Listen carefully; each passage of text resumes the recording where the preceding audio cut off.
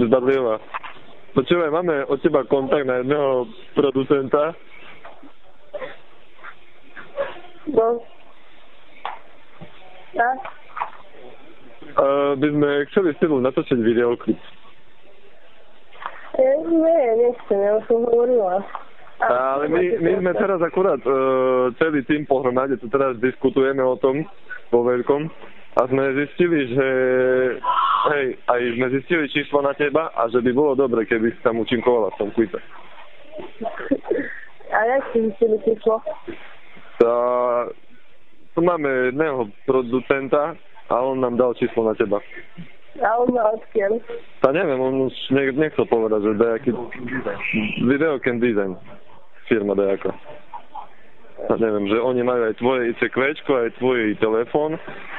ICQ, áno, ICQ mám číslo. Hej, aj ICQ dajaka Casey. Oni robili to ten klip, čo Stuľany. Viem. A teraz robia ešte lepšie veci. A už aj platené sú. Aha.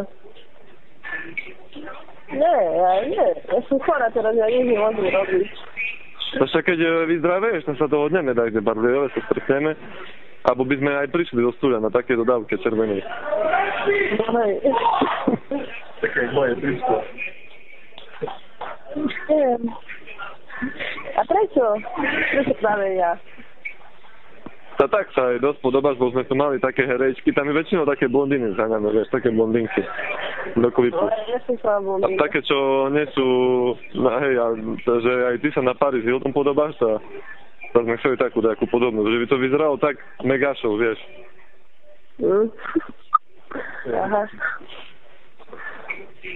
Takže aj ľudia potom si viac budú všímať to ten klip, aj viac pôjde na odbyt i väčšia produkcia, aby to potom išlo tak na Musicboxe, vieš, aby sa to oplatilo. No hej. A kedy môžeme prísť do Stuľan? By sme sa zastavili a tak, že to pri kavičke prediskutovali.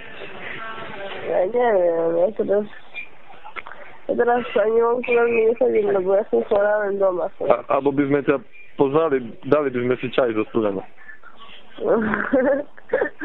No dobrý je. A my vieme, že je dobrý. Sme natočali klip o tom. Aha. Však práve toto. Mám nervy. Ale by bolo lepšie sa stretnúť v meste, jak v Stuľano. Tak, že by sme už mali celý kolektív pokope, aj techniku, všetko.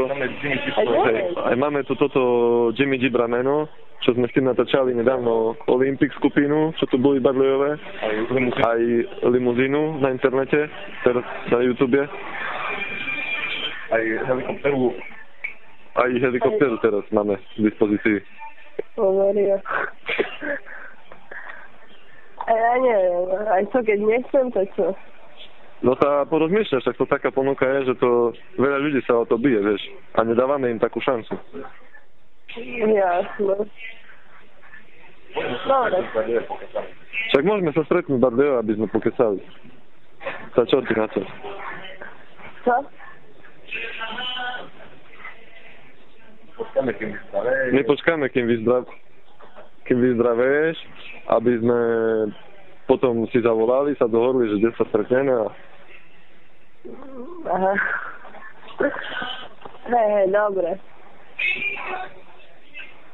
A to není vtip, to je fakt. Ja som kameraman toho celého projektu. Aj zajtra, pozajtra v pondelok točíme Uher Steka na dome, jednu skupinu, Liquid Error. Dotačame ešte nejaké scény a potom ideme na ďalšie projekty. Aj Kamilu, speváčku z projektu poznáme. Poznáš ju? Durakova, tvoja sesternica. Co? Kamilu Durakovu. No a ona je prečo na nemyslí na Slovensku. No my sme s ňou takisto dačo mali nejaké kontakty. A ešte len budeme mať nejaké projekty už rozbehnuté. Takže aj tak cez ňu sme zistili, že má talent, takže asi by si mohla aj ty mať. Že určite sa dačo v tebe skrýva, ale nevieš o tom. Jasne. No to veľa ľudí hovorí, čo vysedáva doma a potom zistí, že urobilo chybu. Dobre.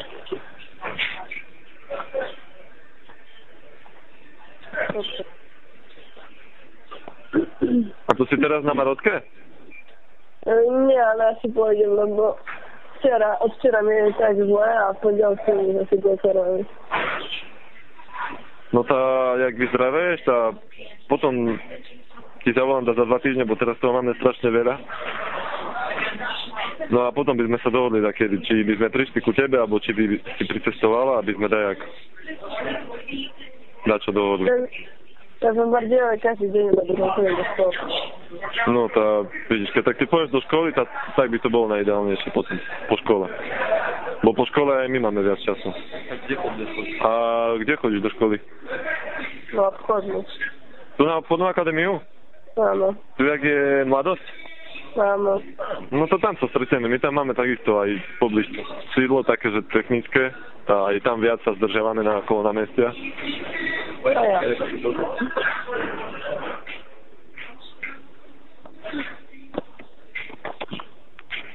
Dobre, no to ja už musím končiť, lebo mi tu volá nejaký kolega, producent z Bratislavy. Tá potom za 2 týždne, tak, alebo za týždeň ti zavolám. Za týždeň už budeš po Marotke mať? Neviem. No to tak, o 2 týždne, dobre? Dohodnuté? Dobre. Dobre, tak sa maj, čau. Tak sa za pol minútky. A ona...